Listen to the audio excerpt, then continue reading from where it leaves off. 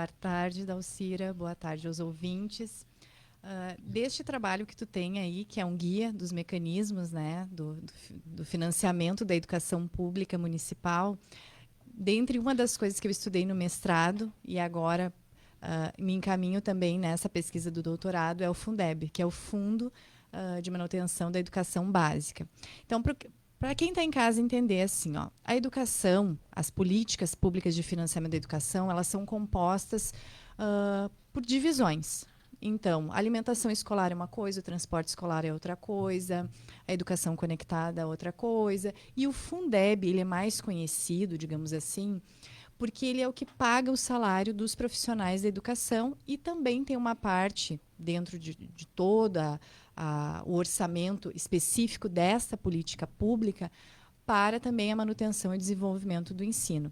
E assim, para quem está em casa ouvindo, assim, o que é uma política pública? Uma política pública ela é criada através de uma necessidade da sociedade. Então, como que acontecia antes de ter o Fundeb? Brasília era um balcão de negócios, né? Não que não seja em alguns aspectos hoje em dia. Não tem almoço de Mas grátis a gente lá. tinha muita disparidade, muita diferença entre os municípios. Tu não tinha uma divisão do dinheiro, tu não tinha uma regra para esse dinheiro ser repassado. A partir do Fundef, lá no governo Fernando Henrique, depois ele, na verdade, esse fundo ele vem já colocado na Constituição, né, de 88, dizendo que a educação precisava ter um fundo. E a partir disso se cria essa política pública que foi uma necessidade.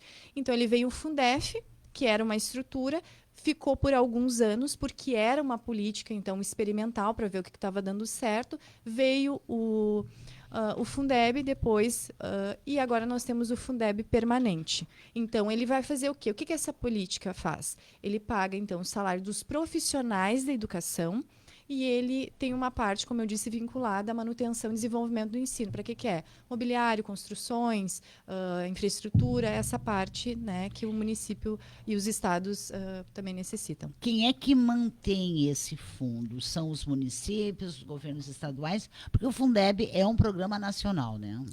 Na verdade, ele tem uma estrutura de uma política nacional. Então, assim, mas cada município e cada estado tem o seu Fundeb. Tá, mas onde é que ele sai? De onde é que sai esse recurso? Ele tem uma cesta de impostos, de tributos. Quais são? São vários, sei lá, 10, 11, eu não vou saber dizer para as pessoas assim de cabeça, mas dois que eu gosto de citar é o ICMS, uma parte do ICMS e uma parte do IPVA. Aí também entra aquela questão, poxa, mas o IPVA serve para quê? A gente tem que ter um cuidado para nunca nos determos apenas no nome de um imposto. A gente tem que entender para que ele é destinado. E parte, por exemplo, do IPVA, 20%, é destinado para o Fundeb. Então, o município de Cachoeira tem elencado esses tributos. 20%, então, vai, para que as pessoas entendam de uma forma bem simples, como se fosse para uma poupança lá, da Cachoeira do Sul tem uma poupança lá na União, lá no governo federal. Passou 20%. A União vai calcular, ver se foi repassado de forma correta esses tributos, e a União vai transferir novamente, só que a União vai transferir com base no número de matrículas. Então, eu sempre dou um exemplo do estado do Rio Grande do Sul. O estado do Rio Grande do Sul arrecada um montante de Fundeb, só que é transferido menos em função do número de matrículas. E também, assim, não é um cálculo simples, é uma expressão que nem a gente estudava lá na escola, que tem X, Y, divisão, enfim, frações. Tudo isso de folhas. Então, não é um cálculo simples esse repasse. Mas, para que as pessoas entendam, é sempre repassado com o número de matrículas. Qual o problema do Fundeb hoje em dia? O Fundeb permanente, ele é uma proposta muito positiva, porque ele está vinculando. Só que ele ampliou como pode ser gasto os profissionais da educação, como a gente estava conversando aqui antes de começar o programa, um nutricionista que trabalha na Secretaria de Educação, ele pode ser pago com Fundeb, ele é um profissional da educação. Então, ampliou o que eu posso estar gastando, só que não ampliou a fórmula de cálculo. Eu não consigo arrecadar mais do que aquilo ali. A expressão continua a mesma. Tem mais gente para pagar, mas o recurso é o mesmo. o cálculo do recurso é o mesmo. E se eu estou diminuindo matrículas, isso fica complicado. Isso é uma tendência de grande parte dos municípios, tanto dos municípios quanto do Estado. E é para que as pessoas também entendam. O Fundeb de Cachoeira é um valor, ele, pelo número de matrículas, pela sua arrecadação, de Agudo é outro valor, de Porto Alegre é outro valor. Tudo vai depender do número de matrículas em relação àquela arrecadação. Não é um XY igual para todo mundo. Não é. Não é. Tem variáveis. Por isso que eu disse, é uma expressão de folhas. Existem muitas variáveis. Michele, nós muitas vezes ouvimos assim, porque as prefeituras, porque o governo tal pegou o dinheiro para pagar o FAPES, para pagar não sei o quê. Pode, o Fundeb tem que ser aplicado dentro da educação, nada mais do que isso. Pagamento de profissionais está expresso na lei.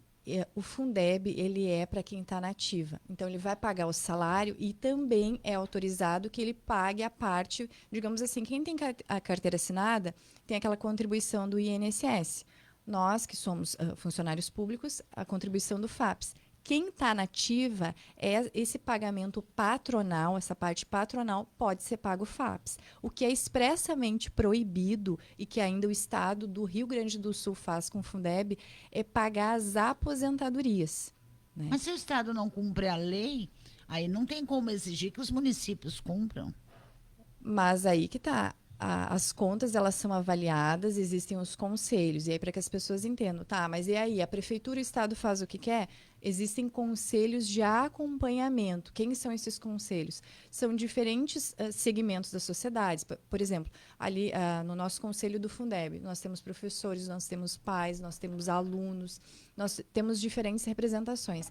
Essas pessoas vão apreciar durante as reuniões que acontecem de forma mensal, a cada 2 meses, enfim, vão avaliar o Fundeb e o transporte escolar, porque, na verdade, esse conselho é para essas duas políticas, e vão ver se o município está fazendo de acordo com o que diz a lei. O conselho, ao final, vai assinar se ele aprova integralmente essa prestação de contas, aprova parcialmente, com ressalvas, ele desaprova e, partindo disso, vai ser alimentado dentro de um sistema que o Tribunal de Contas vai avaliar. Quem fiscaliza, e aí é um termo muito importante, fiscaliza é o Tribunal de Contas, porque ele tem um poder de sancionar, de punir. Nos demais, é acompanhamento de fato. Bom, por outro lado, quando fala em fiscalizar, mas nós enquanto sociedade, enquanto pais, enquanto família, nós temos essa obrigação, não temos? Exatamente. Uma das questões que eu trago dentro da minha pesquisa e por que eu criei esse guia. Dentro desse guia, tu teve, né, Dalcir, a oportunidade de estar dando uma olhada na cópia física dele, porque ele é um guia virtual que está dentro do Observatório Municipal da Educação de Cachoeira do Sul, lá na aba de produtos educacionais, que ele é um produto dentro da minha dissertação. Eu vou falar o que faz um CPM, o que faz um conselho de acompanhamento, o que é um Fundeb, o que é uma alimentação escolar. Por quê? Porque as pessoas têm receio de chegar até esses espaços. E muitas vezes, chegando nesses espaços, elas não reconhecem, não identificam o que é essa política, para que ela serve. E acabam, às vezes, entrando sem nem saber do que de fato aquilo ali se trata e ficando um tanto quanto intimidadas. E isso acontece porque parece muito complexo e, às vezes, esse trabalho de financiamento, ele parece uma coisa tão longe, porque a gente fala assim, o dinheiro da educação. Mas o dinheiro da educação, ele é muito amplo, ele é diverso, ele tem regras para cada coisa de uma forma diferenciada. Então, eu acredito que falta, de fato, é tornar essa informação mais acessível, mais tranquila, para que as pessoas não se assustem. Porque, definitivamente, quando se fala Fundeb, mas fundo, tá, e daí? É o que normalmente, porque me parece que faz falta um guia como este, esmiuçado, para contar o que é Fundeb, como é que é feito esse controle, principalmente o controle desses recursos, que, bem ou mal, esses recursos não são poucos. Não, mais ou menos o orçamento anual de Fundeb de Cachoeira está em torno de 40 milhões por ano. Mas daí, para que as pessoas entendam, a gente está falando de Fundeb, pagamento de profissionais e manutenção e desenvolvimento de ensino. Alimentação escolar é outra política pública, transporte escolar é outra política pública. Então, a gente tem essas divisões. Entendendo assim, quem está escutando, o Fundeb é para tudo? Não, é específico para isso. E a gente está falando hoje mais voltado a ele. Bom, nós temos também aí, muita gente defende o fim de algumas escolas, fechamento de escolas. Eu, particularmente, eu brinco sempre, doutora Michele, que eu sou uma professora sem classe, né? Eu sou uma... O meu colega Edilon, que Deus o tenha em muito bom lugar, diz assim, desclassificada, eu digo quase. Né? Eu não lecionei, minha primeira faculdade foi letras, né? Então eu brinco, eu tenho plena de letras, viu? Olha só que chique, né? Chiquitésimo. Mas existe uma preocupação sempre com o tal de Fundeb versus número de matrículas. Como a senhora mesmo deixou claro, quanto menos matrículas a gente tem, menos recurso a gente vai gerar. Ou não. Ou isso independe. Porque se nós temos, em média, uma defesa de fechamento de escolas por falta de alunos, significa que nós temos menos nascimentos e menos crianças no ensino fundamental, lá, inclusive no prézinho, na educação infantil. Essa é a grande crítica da estrutura do Fundeb permanente. Ele acaba, como eu disse no início, ele acaba engessando ao número de matrículas. Então, às vezes, os municípios ficam reféns. Só que o fechamento de escolas, a gente sabe que não é... Depende da logística, por exemplo. Cachoeira é uma cidade que tem uma extensão geográfica significativa. Não tem como simplesmente fazer um fechamento das escolas do campo e trazer todo mundo para a cidade, porque isso não é viável. Então, já tem se comentado, os pesquisadores de financiamento já falam, que precisa haver uma reestruturação dessa forma, desse cálculo. E aqui uma coisa que eu gosto de destacar.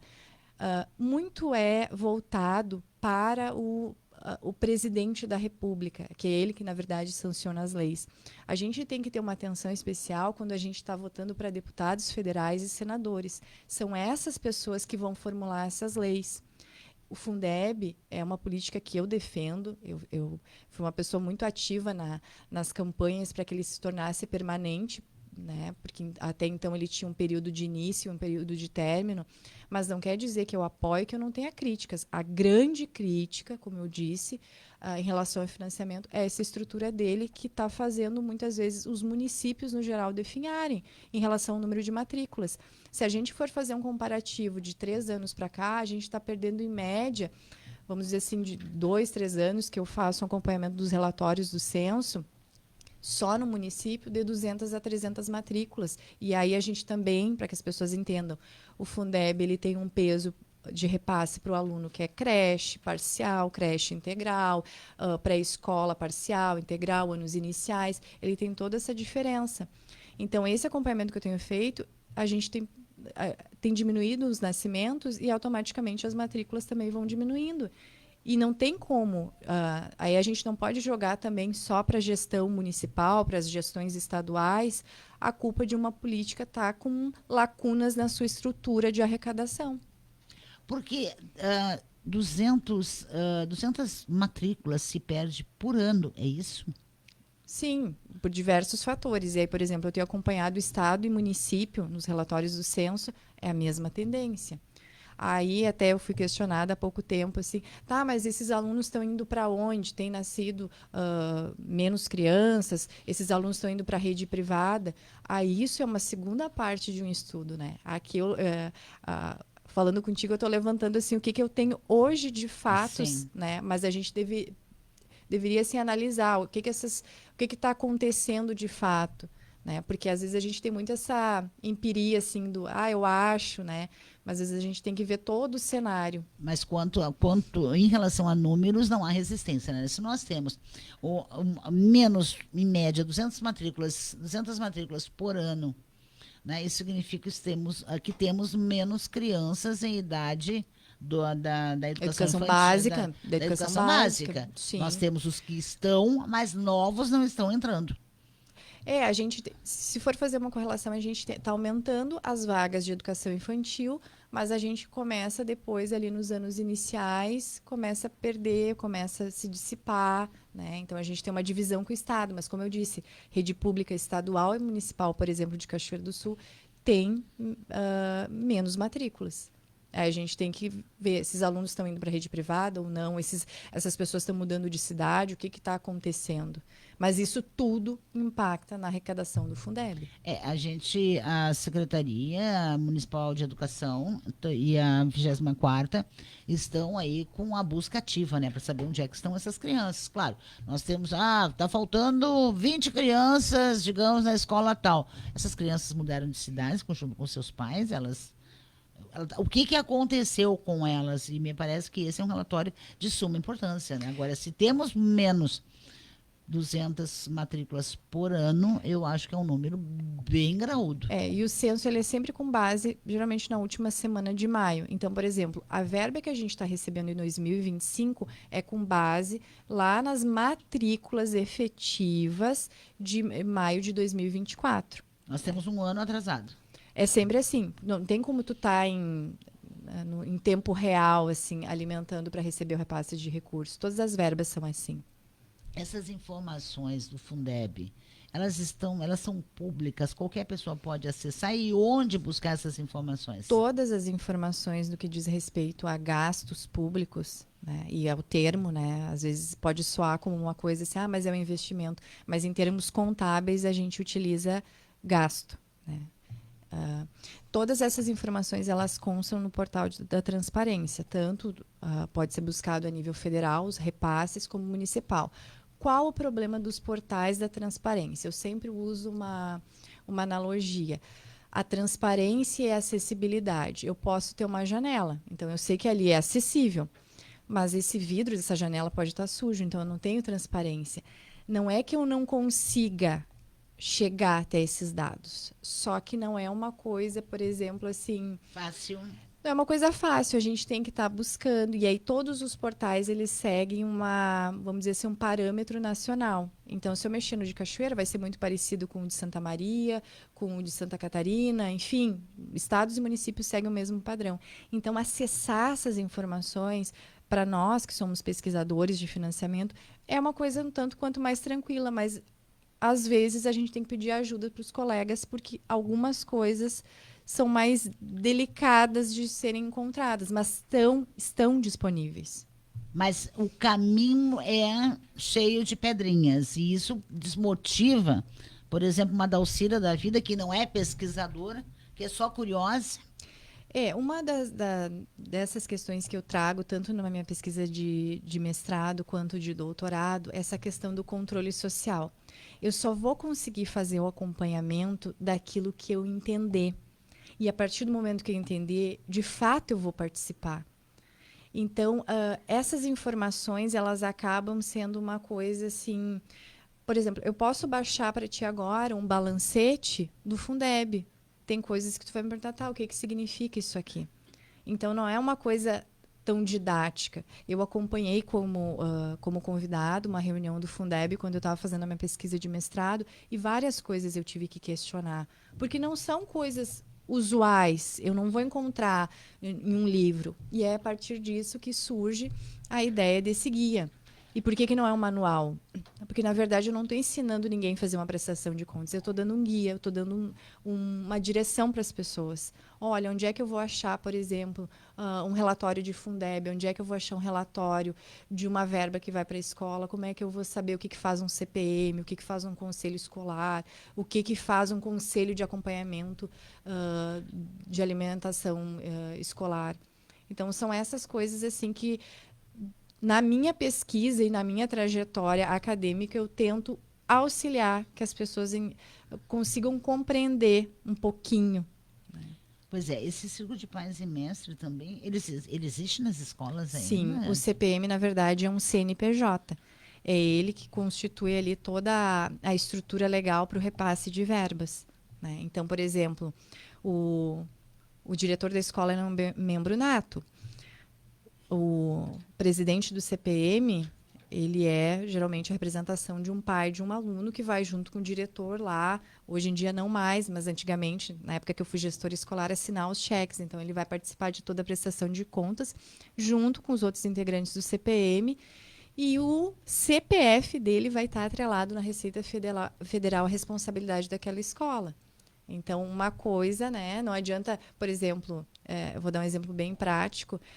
Às vezes, o CPF do presidente do CPM está com algum problema e aí vai trancar as verbas da escola. E vice-versa. Se a escola tiver algum problema na Receita Federal ou algum problema de prestação de contas? De prestação de contas, vai trancar o CPF do presidente do CPM. Quer dizer, não é uma coisa fácil ser presidente do CPM. Não é, né? Não é, mas assim, as pessoas têm que acreditarem um pouco mais nesse envolvimento com a educação pública. Porque uma coisa que me preocupa muito, Dalcira, é a reprodução de discursos falaciosos. O que é feito com o dinheiro da educação? Vamos tirar o dinheiro do carnaval e colocar na educação. Só que as coisas não são assim. A educação, ela recebe um recurso. O que a gente tem que entender? Que a gente tem que batalhar, como eu disse, votar em pessoas mais envoltas, em realmente pensar nessas políticas para a gente melhorar um cálculo de arrecadação. Quer dizer, não é tirar de um outro setor para colocar nesse, mas sim melhorar esse, porque senão a gente vai deixar sempre alguém capenga, né? Exatamente. Algum setor capenga de recursos. Até porque assim, a gente tem que entender que a estrutura do município, ela tem uma lei orçamentária. E aí, então, essas políticas públicas, essas estimativas estão ali. Então, todo mundo tem que ser assistido, cultura, saúde e educação, dentro das suas políticas públicas. A gente tem que aprimorar o que a gente tem hoje. Mas essas falácias, doutora Michele, elas não são... dificilmente alguém vai lá e contrapõe a razão, né? Olha, a gente tem dito aqui, gente, não adianta gritar, dizer, porque o dinheiro do carnaval podia ter ido para a saúde. A saúde tem os seus recursos. Exatamente. Que precisam ser gerenciados de forma correta, de forma precisa, né? E existe também a questão das verbas carimbadas, né? Tu recebe o dinheiro do Fundeb, tu não pode usar para mais nada, a não ser para investir na educação. Né? Tu recebe uma verba lá para cultura, tu vai ter que aplicar na cultura. Então, não tem essa de dizer, porque tem que pegar o dinheiro e botar em tal lugar. Não, não pode, não é bem assim. É porque, assim, o que acontece? Tem aderência a esses discursos que não têm fundamento algum, porque muitos políticos se utilizam deles. E eles não param, assim, e essa é uma crítica, porque eles estão lá para entender as políticas públicas, eles não param para compreender, para estudar, para aprimorar, para melhorar. A gente tem hoje, contando os dedos de uma mão, deputados e senadores que estão envolvidos com essa questão das políticas públicas da educação. Mas a maioria que deveria estar realmente... Porque envolvida de fato e de direito, me parece que a educação, quando se fala, ela...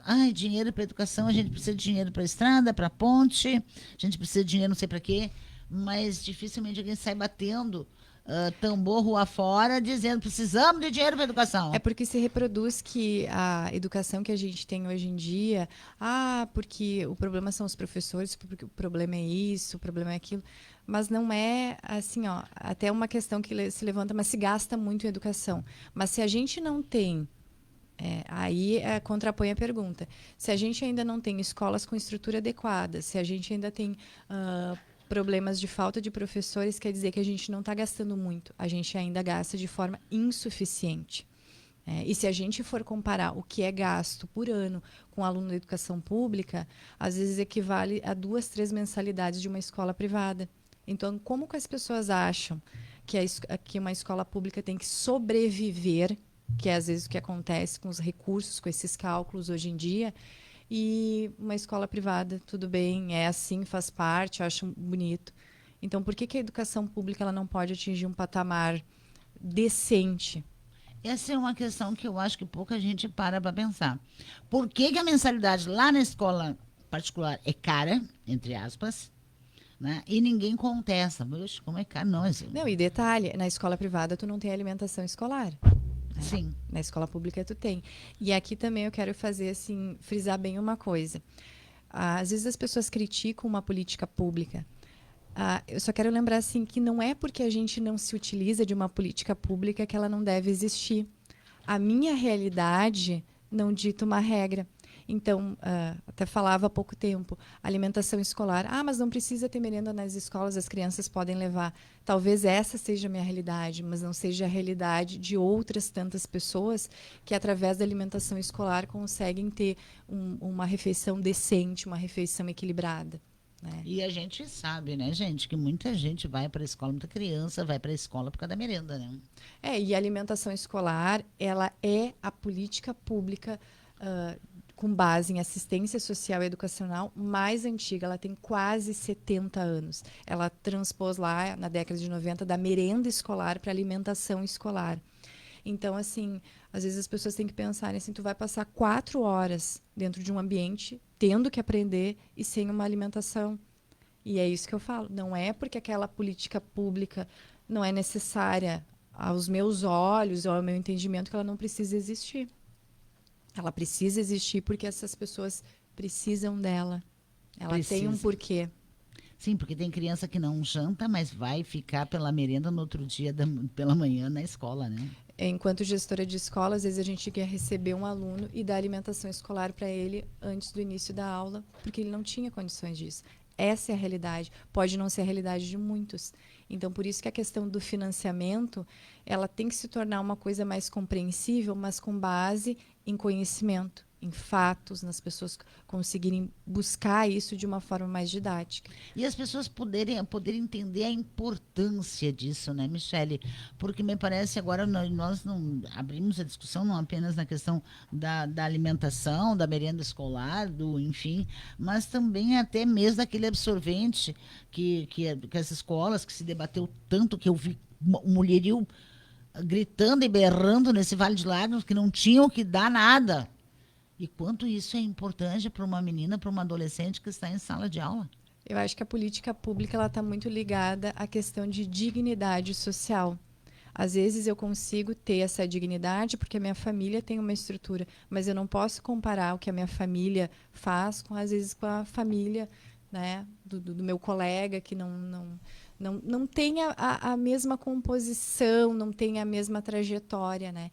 E essa questão de falar, de defender a educação pública, eu sou aluna de escola pública, eu estudo numa universidade pública, então esse retorno que eu tento dar através da minha pesquisa para a sociedade é porque hoje eu curso um doutorado, porque as pessoas que estão me ouvindo, tu que está aqui comigo, Dalcira, vocês pagam impostos para que eu estude. E eu acho assim, é o mínimo que eu posso trazer, é conhecimento para compartilhar com as pessoas e para dizer que sim, a universidade pública ela tem importância, a pesquisa acadêmica ela tem importância e que as pessoas, vamos dizer assim, ultrapassem esse preconceito.